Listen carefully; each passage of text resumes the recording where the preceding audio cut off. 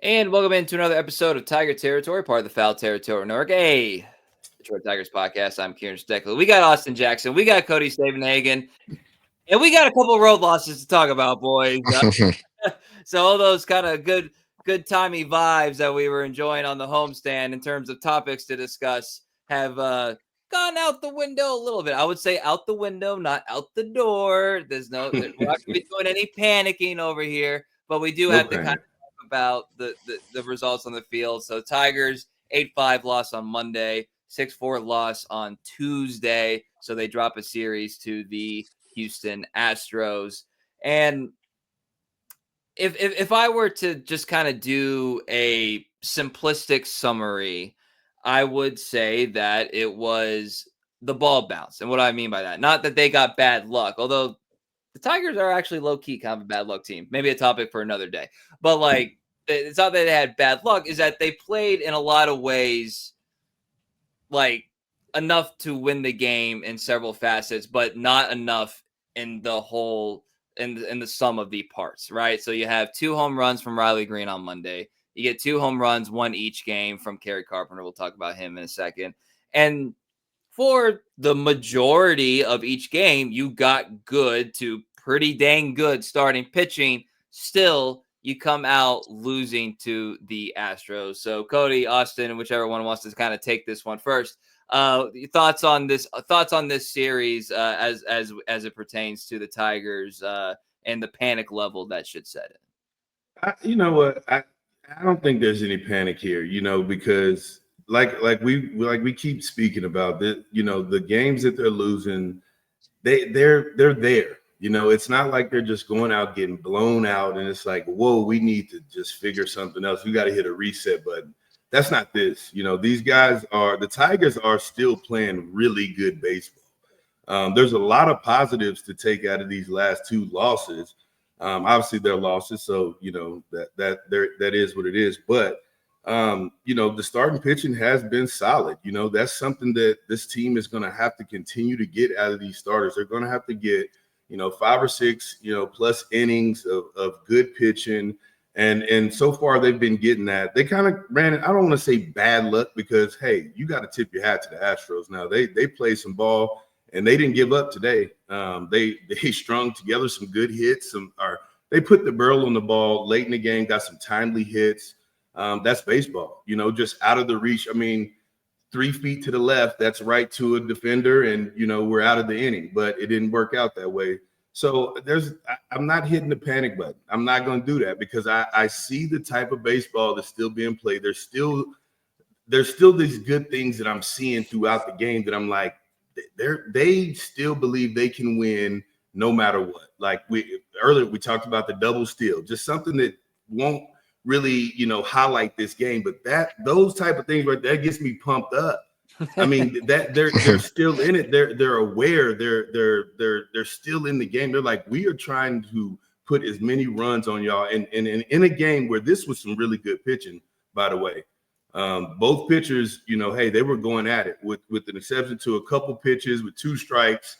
My man Carp, at the top, like I said, did his thing. And Torres, 2-strike hitting, right field, beautiful swing. This was a good pitching game. It just turned out that the Astros put together a string of good hits, timely hits, and it went their way today. So Yeah, a week or so ago when we thought Kerry Carpenter might be going on the IL, and I had said like it feels like the rubber's about to meet the road a little bit. Not necessarily that things were about to go bad, but just that the Tigers were about to be tested. Well, maybe I was a few games early on that because they swept the Orioles and made it look easy. But now you're being tested a little bit. Not panicking because we don't panic after 2 games on this podcast. We don't do that. But both these games were kind of strange in just how quickly they turned. Game 1, it was kind of the 2 Trey Sweeney errors, and then boom. Game 2, Reese Olson was dialed in through 5. He's dominating the bottom rail again. And then two walks. One of them was a 2-out walk. Looks like he was trying to get himself over the plate a little more. Left an 0-1 sinker middle to Christian Walker. Double, boom. He gets pulled. Will Vest comes in. Wasn't really himself. Spraying the ball a little bit. Next thing you know, the Tigers are down and the Astros are building onto that lead. Also, when we had Chandler Rome on, it was funny. We were kind of talking about it as like, well, the Astros aren't the juggernaut anymore, and the Tigers are here to stake their claim as one of the best teams in the American League. A little bit of a reminder that like the Astros maybe aren't what they were 2-3 years ago. This is still a really good baseball team. The Astros have been up there with the Rays for me over the last few years of teams that just give you nothing. And they don't have Alex Bregman anymore, who's that type of player, but they still have some dudes who really make you work. They play a very smart brand of baseball. Their front office isn't as data driven as it used to be, but it's still a very smart organization. Like they can win on the margins too, even though they have a little more star power than the Tigers. And I think we just kind of saw that, for a rare occasion this season where the Tigers did make some mistakes and the Astros capitalized, and they capitalized quickly. So as of now, going into Wednesday, the Tigers hold a 13-3 record at home. On the road, it's a lot different. It's 5-9, and I'll be fair here. I'll go to you just think about who they've played on the road. So you start the season at Los Angeles. All right, then you're at Seattle. You play at Minnesota. You're at Houston. There's one I'm missing there, I believe. I don't off the top of my head. But the point is you're Milwaukee. Milwaukee, I'm sorry, yes. So that's playoff or near playoff teams, and obviously World Series champion from last season, right? That you're playing really good teams, and each one of those kind of had their own story. We're not going to try to break down every game, but the bottom line is right now there is a stark difference between their record at home and their record on the road. So I guess, Austin, it's kind of a general statement, not necessarily like, take out playoffs and, maybe like even like August, September games, but just like in general, because the Tigers are about to be on like a pretty unique road trip. If you look at the time zone, shout out to Tigers PR and X for kind of pointing out, what they're doing.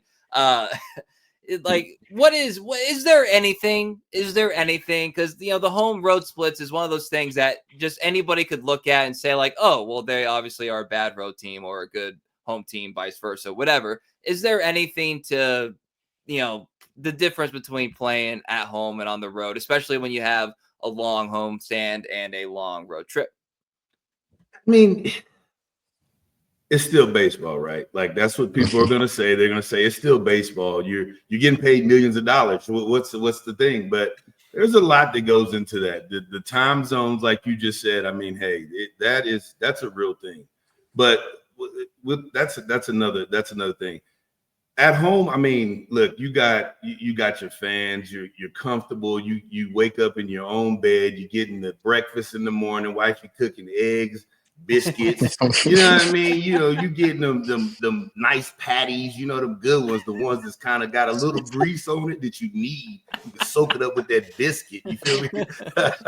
No, but I mean, it's hard because when you look at the type of team that the Tigers are, like they play really well at home and they just don't really have anything to show for it on the road right now. I think that's going to start to turn around eventually, but I think they're going to have to probably, they're going to have to correct some things. I think they're going to have to really force their will on teams early in ball games.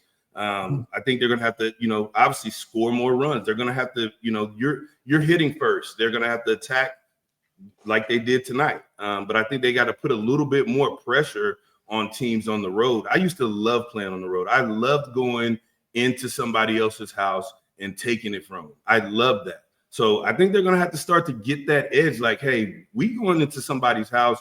We're taking it. We're at least taking this series. It just hasn't for some reason worked out for them this year, but I do think it will start to turn around. I do think when you're at home, again, you have, your fans, you're in that comfort zone. Teams are, knowing that, it's going to be tough, playing against the Tigers at home, but they just haven't really scared anybody yet, on the road. And like I said, I think it'll eventually turn around. They'll find their their groove on the road, and they'll make sure when they're going to people in their division, When you go into their house, you got to take those serious. You got to take them. You got to let them know that you don't have a chance right away from the first game. Hey, this is our division. We're taking it. And I think they'll get back, on track, and it'll turn around soon. Yeah, if I had to guess, the Tigers are going to play a little worse at home and a little better on the road because that's just how baseball tends to work. It doesn't hurt that you're finishing this road trip in Colorado. The Rockies have 4 wins right now. It's almost hard to be as bad as the Rockies have been. Well, we'll talk about Austin putting in the call on a certain hitter batting in a certain spot here in a second after a word from our sponsors.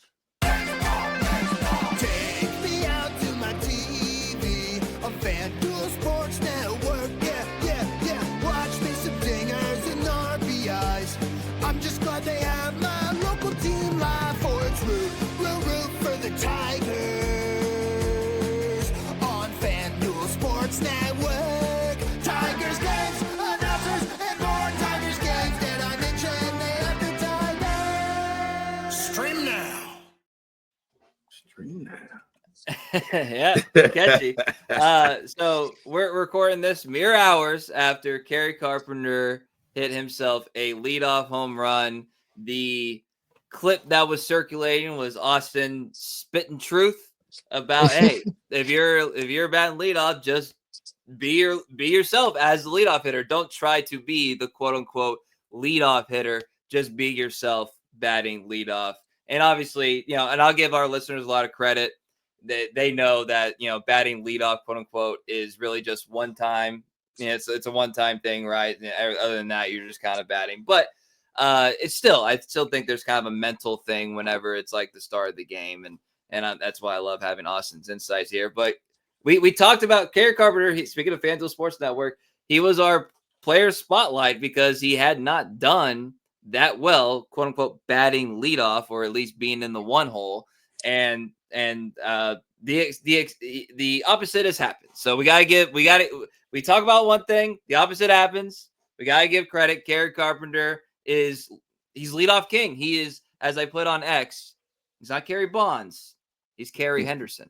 We might not be having this discussion, though, if they just would have reviewed if he was hit by the pitch. Nah. I didn't see that. I didn't see it. Nah, man, you got to think, though. Like, first of all, I talked to my man Carp. And, I hit him up right before the game. I'm lying, first of all. I didn't do any of that.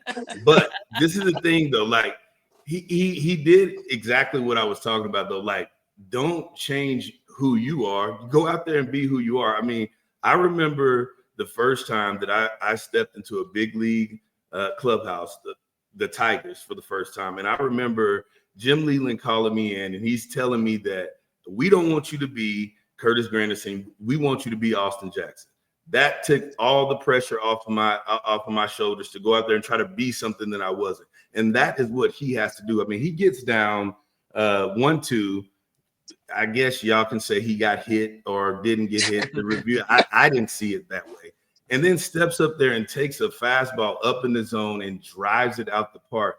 This is what he is capable of doing. This is why he's there. He's there to get that boom right away. And this is what it's going to take. This is the type of jump start this team needs. You need a guy up at the top of the lineup that can see pitches, that can put the ball in play with hard contact, not just going up there punching the ball the other way, even though there's nothing wrong with that, right? Like the prototypical leadoff hitter can do that great. But when you got a guy that can swing the bat like that can attack the pitches at the top of the zone, has no problem getting to those pitches and driving them out either way. It doesn't matter. He has that type of power. I watched his swing, and honestly, at first, I was like, I don't know if that's going to work.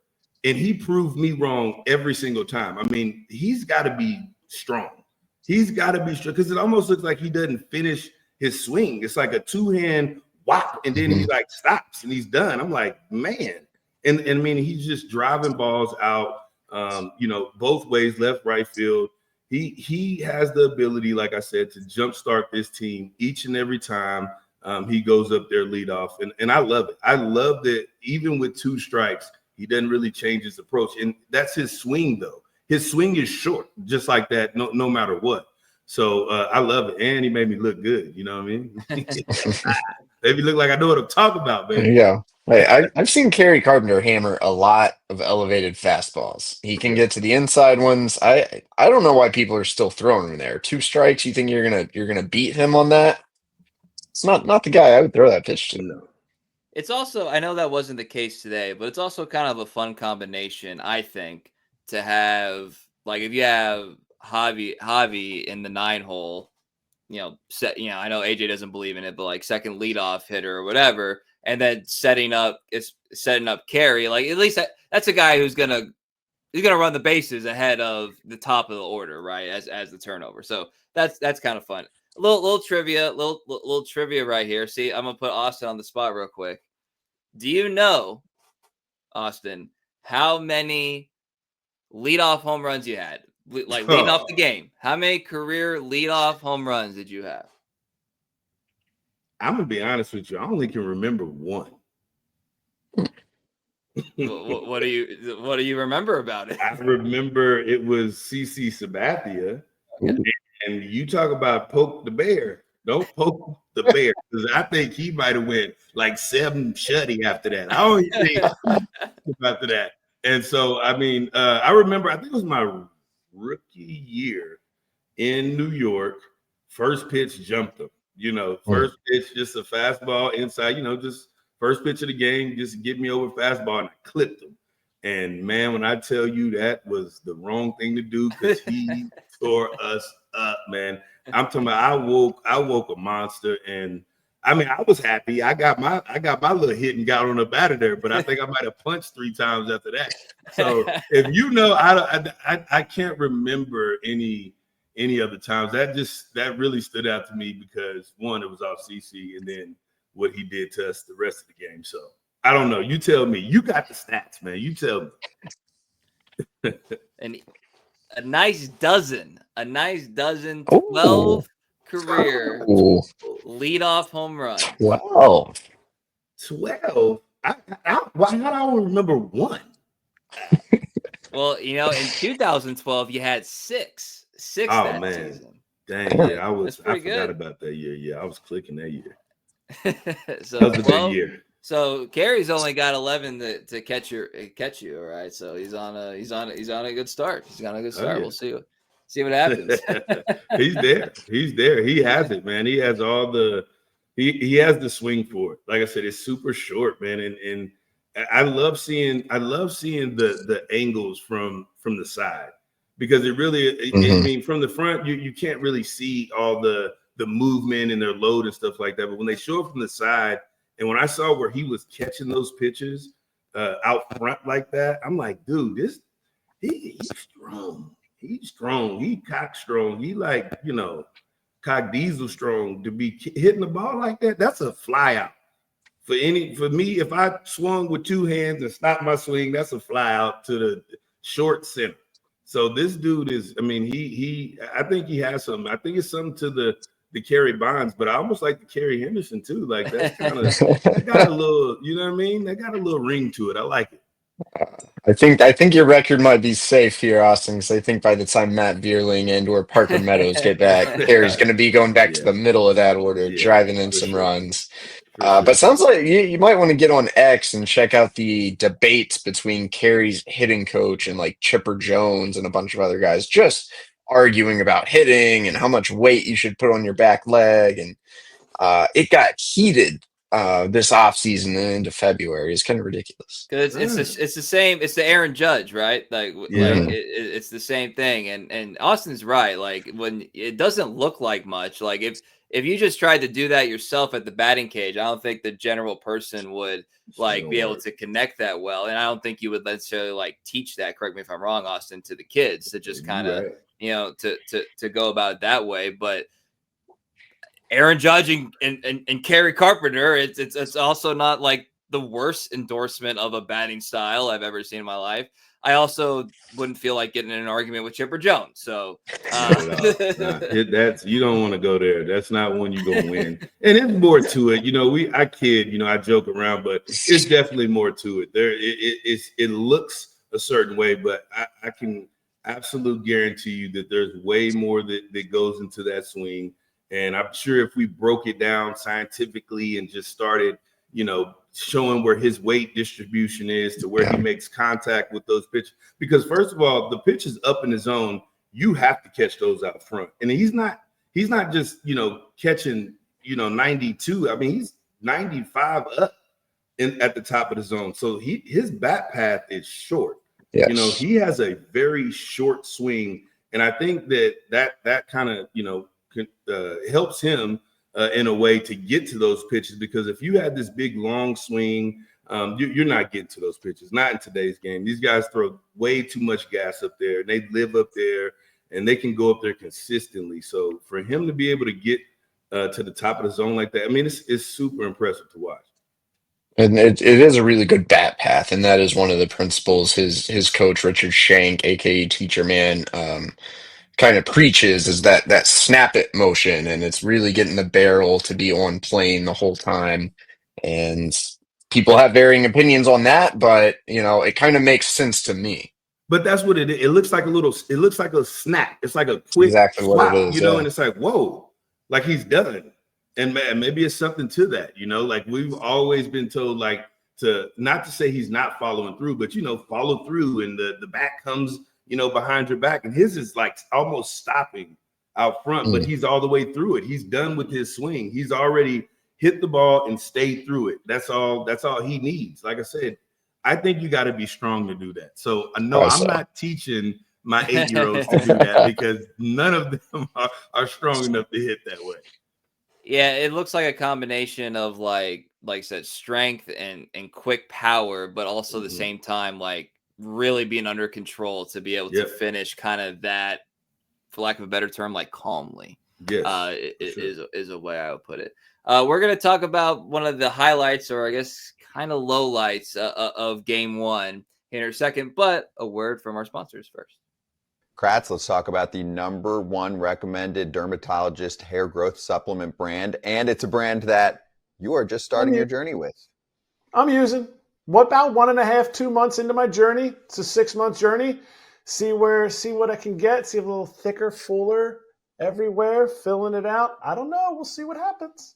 I'm very excited to see the Nutrafol results with Kratz, and don't show us your hat yet, okay? You got to stay tuned through this journey, and if you want to join Kratz for this journey, you can start your hair growth journey with Nutrafol. For a limited time, Nutrafol is offering FT listeners $10 off your first month's subscription and free shipping when you go to Nutrafol.com and enter the promo code FOUL. Find out why over 4,500 healthcare professionals and stylists recommend Nutrafol for healthier hair. Nutrafol.com, spelled Nutrafol.com. Promo code FOUL. That's Nutrafol.com. Promo code FOUL. Come on, man. Take that hat off. Let's see if that Nutrafol is working for that ball skillet you got, man. Hey, come on, dog. Hey, man, that's why you wearing that hat. You know what I mean? Man, oh, man, that's great. That was all. I feel like y'all set me up on that, though, a little bit. You know what I'm saying? I was just thinking, Austin, you going to try some Nutrafol, man? These are our sponsors. I let it roll, baby. I got the beard working. Once you got the ball skillet, you know, I get the little beard, you know, trim it up a little bit, but ain't nothing bringing this back. I'm telling you right now, in the world, just bringing this skillet with some hair on it. If I get an edge up, y'all know I went under the knife straight up. I'm gonna come back next week. I'm gonna have a nice low edge up for y'all boys. All right? Yeah. There we go. It's Nutrafol. I'm gonna have them send me some supplements. I'm gonna see if it really work. Right? I want my beard to come down here if it's that good. That's awesome. No notes on that one. No notes on that one.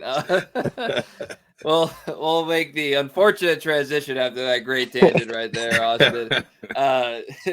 One of the themes, what got game one away was Trey Sweeney in the field. He had 2 errors. Now, just a general statement here, Cody. Cody knows this better than anybody. The general statement, if you get credit with 2 errors in a game, you earn the errors because I don't know how they are in youth baseball right now, Austin, but in the major leagues, they're dying to not give anybody errors, just in general. Trey Sweeney did not have a single game last season with 2 errors.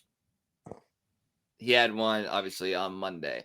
So, without trying to like dive too deep, because I am a firm believer that, over the course of 162 games, S happens, right? S happens to everybody. But I am curious, Austin, as someone who prided yourself on defense, number one. So, kind of 2 sides to this.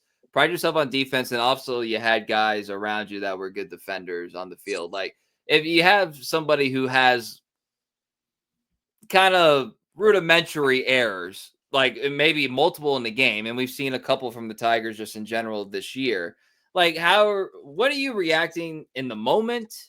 And then like, is it one of those things, do you talk to them in the dugout afterward? Is it a case-by-case basis? And then how would you feel if you just I'm sure you probably dropped the fly ball in your life, Yeah. So like how do you handle like just like, I can't believe I just did that errors, both like from a teammate perspective and then when you do it? Yeah, I mean, as a teammate in the moment, you're not you kind of feel for you feel for your teammate because that's your brother, you know what I mean? And the main thing that you can do is just try to lift the spirits, go by a tap, hey, you good, man, let's go, like you good, to get his mind off of it, because we've all been there. There is not a major leaguer that will tell you that they haven't dreaded the ball being hit to them sometimes. Like there has been times, no joke, like just non-pressure situation, ground ball up the middle, and for some reason I just don't field it clean. It'll bounce out or it'll go. It's for some reason. It's probably different in his case because he's going to probably get more ground balls, more pressure type situations than an outfielder will. But there's just times where I just feel like for some reason you're just off. Just kind of like at the plate when your timing is just off. Things are just off. Your timing with fielding a ground ball, or you're constantly getting a bad hop, or you're not, getting the best grip on the ball. You're rushing. You're doing things out of the ordinary that you wouldn't typically do. And that's kind of what I see. I think that he's just having a bad stretch right now where he's just a little off. And then you can start to play mind games a little bit with yourself.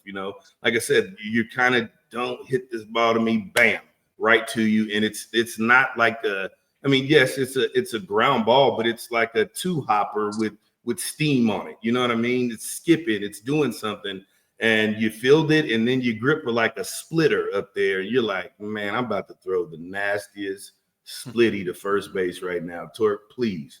You just like, bro, as soon as you throw it, you like with the puppy that like, please, just help me out. But seriously though, like we've all been there.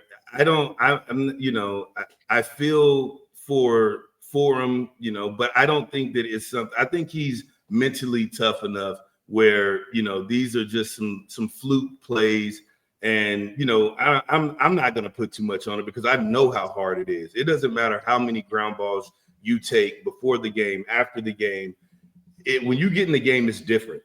Every ball that's hit to you, you're having to field it and get rid of it because guys are zipping it out the box. So I think that maybe a little mind games probably came in there for a little bit, where you're kind of second guessing yourself, second guessing how hard do I throw the ball? Do I really get on it and I chance throwing one in the stands, or do I just take a nice easy throw and then you kind of let off a little bit? You second guess yourself a little bit sometimes, even on defense, in just regular ground balls that you have done millions of times.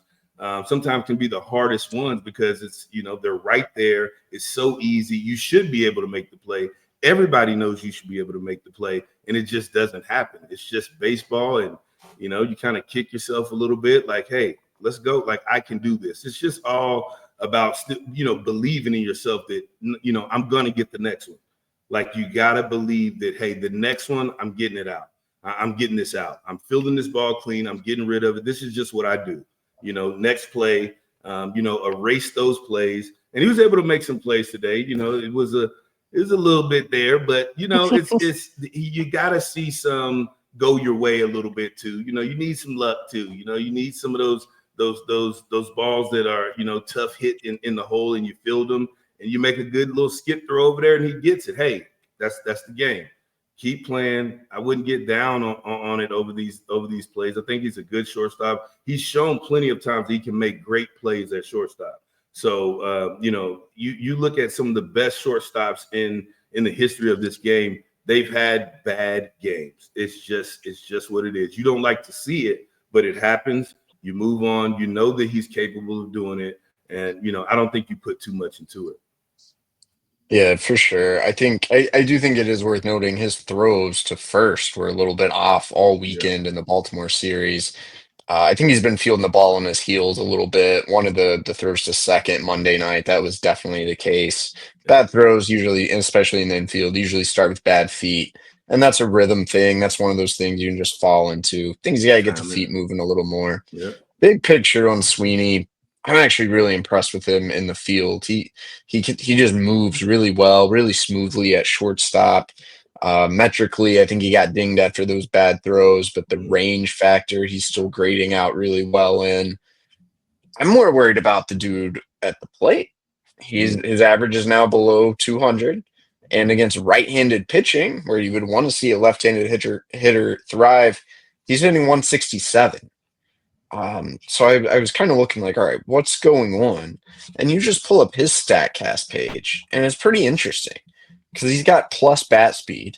He's doing a great job controlling the strike zone. He's not chasing. He's not striking out a ton.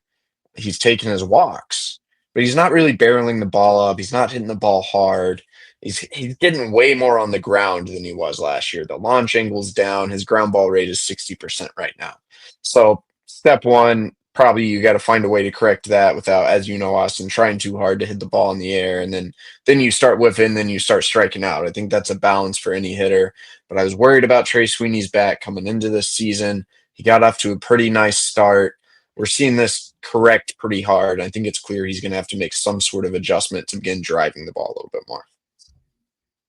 Yeah, I agree with you. Sometimes those two can play hand in hand too, like with your confidence, I'm just not playing well. I'm not playing the style of baseball that I'm capable of playing. And, there's been times even on defense that affects my confidence at the plate because I'm thinking about those things. I'm thinking about, man, I messed it up. I let a run, or I had an error, let a runner get on, a runner scored. And then you start playing those mind games, and then you take that to the plate, and you're just like, don't strike out. You're just trying to put the ball in play. You're not going up there with that aggressive mindset like, hey, I still got a bat in my hand. I still can do damage. And I like I said, there's no panic there. You want to see the results, right? Like everybody wants the results to come. I think they'll come. I think he needs to, just settle down, make those routine plays, continue to make the routine plays. That's the thing, make the routine plays. And I think the battle come around. I think that, if his spirits are high and he's not getting too down on himself about making those plays or lack of the plays, then I think he'll be fine. This is where I feel the need to mention that Trey Sweeney has played 65 career Major League Baseball games, not including postseason. Or it feels like more than that, right? We've just gotten so used to him. Yeah. Yeah. Just putting that out there. Hey, it takes time, man. That's a prime position. You are going to get some balls hit to you. So when you're a little off, you're a little off. But like I said, I don't because of the plays that I've seen him make. I can't go away from him. I think he's going to be fine. I think he just needs to settle down, take a deep breath, and just go play. That's it. Sounds simple, right? Easy game, yeah. Well, Speaking of playing, it's time for our FanDuel Sports Network Player Spotlight, and we are doing Jackson Jobe, who has not played in 12 days, or it will be 12 days. Cater Montero has pitched twice since the last time Jackson Jobe took the mound for the Tigers. That was April, I think it was April 16th. April 18th, excuse me. April 18th was the last time we saw one Jackson Jobe. Schedule finagling, as well as a rain out in there with a doubleheader and all the AJ obviously / front office juggling, pitching staff juggling routines and days between starts and blah blah blah. Regardless, he's a rookie. All these factors. Jackson Jobe has not pitched in what seems like a long time. We'll see him on Wednesday trying to salvage the first part of this road trip. Cody. I almost forgot what it was like. What is Jackson Jobe like when he pitches? 12 days is a long time. We're doing 3 podcasts a week and watching all of these games. Feels like a long time. What is he? Is he like throw a fastball fast or curveball on curve? No, it's been a long time. It's interesting, load management from the Tigers with the guy this young. He's going to come out, want some innings, limits, restrictions. They're looking to build in time for him. Really, any chance they get. Now, 12 days feels a little bit extreme, and especially after the rain out, it got to a point where it was like, okay, do we want to take extra time for Jackson? Or if they kind of reinserted him and he pitched on 6 days rest, 7 days rest, it would also push everyone else back. So Skubal would be going on 6 days rest instead of 5. Flaherty would be going on 6 days instead of 5. They kind of decided we want to keep these other guys in their regular routine. We will gladly take this chance to not give Jackson a breather, but ultimately it comes down to innings limits. Like that's what this is all about with Jackson Jobe, combining that with the schedules of the other pitchers. We'll see how this works out. Clearly, the Tigers put a lot of thought into it. We've talked about them really starting to like guys going on 5 days rest versus 4. But in terms of innings restrictions and how much should a young pitcher throw, I think even they would admit there's still not a great science. There's still not a great way to know how to best protect a young pitcher's arm. This seems like one more attempt to try to do that, basically so you can have Jackson Jobe available in September and October. And that's what Jackson Jobe himself said, was like, hey, I wanted to pitch, but I'd rather be at my best in October. I know that's when it really counts. Yeah. I agree with that. I agree. It is a little odd, right? Especially for a young guy, who doesn't have that many innings, but there has to be something behind it. AJ is, I'm not really going to question too much he does because he's a mad scientist. Like the stuff he does is next level, and I'm not on that level, so I can't really question it. You know what I mean? But we know he's young. We know what he's capable of. I think that they are kind of trying to protect him a little bit, but also to make sure that he is, for longevity throughout this season, able to go later in the season. But this 12, that's a long time. That's a long time for anybody. And you got to think about too, your routine. That's a huge thing, especially for pitchers, because they have these weird routines. They do some of the weirdest things, and they don't like for their schedules or routines to be messed with. So hopefully this isn't something that throws him off. If anything, it should be good for his health, for getting this break for your arm. I mean, you're getting that break. I'm sure he's getting his work in, and he's doing everything that he possibly can do to make sure he's staying sharp and, the conditioning. And that's the main thing. When you get off your schedule, your routine like that, you got to, question is the stamina and everything going to still be there, because you're used to working on a certain schedule. So it'll be interesting. But I don't think this is something that's going to hurt him, or I don't think he's going to go out there and look like he's never pitched before, right? Like I think he'll be fine. He's young. Them young dudes, man, they got rubber arms. Yeah, I mean it's gonna be it's actually gonna be fascinating to watch to see just how he looks after such a long layoff so early in the season, so early obviously in his career. And you can watch him on FanDuel Sports Network. You can stream Tigers games at FanDuelSportsNetwork.com/packages. Use code baseball30 for an extended free trial. We are nearing the end of this offer. We don't know if it's coming back. So you got to take advantage of it right now. Use code baseball30 for an extended field free trial at FanDuelSportsNetwork.com/packages. So just for the record there on Jobe, his pitch counts 79, 86, 87, and 87 in his starts. So just not really a lot of analysis in there. Just wanted to say what the pitch counts were for him because obviously it was a short outing inning wise. His first start of the season, first career start, but he had settled in there pretty soon. So, like I said, get kind of tasked with saving the first part of a road trip. No small task there for Jackson. All right, guys, that was a lot of fun. Anything else you want to get off the chest before we jet out of here? Hey, I could keep going. man, We didn't Riley. even. Hey, We didn't even talk about Riley. Listen, look, man, Riley. Look, that's I know it sound. I'm a little biased, right? Because this is Tigers. I'm gonna be a little biased. That was who I spent the majority of my career with. I'm not worried. Again, I'm not worried because I think that you still see enough signs in there that bat at some point is going to get hot, and when it does, it's going to be scary for opposing pitchers. He's not himself right now. I mean, he even admitted it. He's like, I don't know what it is. He hit the 2 home runs.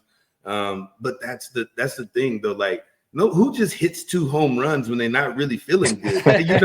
Like who? When I wasn't feeling good, it was some punchies and it was just some weak contact. And I mean, he made some really solid contact today. There was a ball I think he hit to left field. I think he stayed on a fastball, went to left field, and those are good signs as hitters when you're kind of battling with your time and you're kind of off with your pitch recognition. Those are great signs when you're able to hit a line drive to the opposite field. That's helping you stay on the ball. That's helping you see the ball. But I mean, he still came into this game, I think, slugging 643, I think, which is, he's still clicking the ball. The average and all that isn't there. But like I said, there's still signs there to let you know that this is an all-star, man. This isn't just a regular dude that's struggling. When he gets hot, he's gonna get hot, and it's coming. It's a matter of time. You see it throughout the league with certain stars struggling, and then they kind of find their stride, and then you look up, they're hitting 260, 270 with 15, and so it happens. They know he can hit. Nobody's trying to just throw him meatballs all day. Like, if you do, he's gonna hit it, and he's shown that. And the bat is coming. It's gonna get hot, and it's gonna be scary. Yeah, I love those, swings where Riley drives one to left center. He makes them look pretty. He can hit the ball a long way out there. That was one of the positive takeaways, I think, so far from this series. Just like, all right, everyone relax. It's still in there. Yeah. I think he's going to turn it on soon. Yeah, I agree. My confidence level in Riley is about as high as anybody on the team. So, but it is nice to see like, hopefully the groove gets going there, and maybe a 2 home run outing is just what the doctor ordered. All right. Quick little PSA. Cody and I will be doing a podcast after the conclusion of the series with the Astros, and we might take a few questions. So if you guys have some questions, you can hit us up on X, formerly known as Twitter, at Cody Stavenhagen. I'm at Kieran_Steckley. Pod page is at Tiger Territory _ YouTube, Apple, Spotify, 5-star review, like, subscribe, all that good stuff if you feel so inclined. We appreciate all of you. So for us in Jackson, Cody Stavenhagen, I'm Kieran Steckley. Everybody have a great day.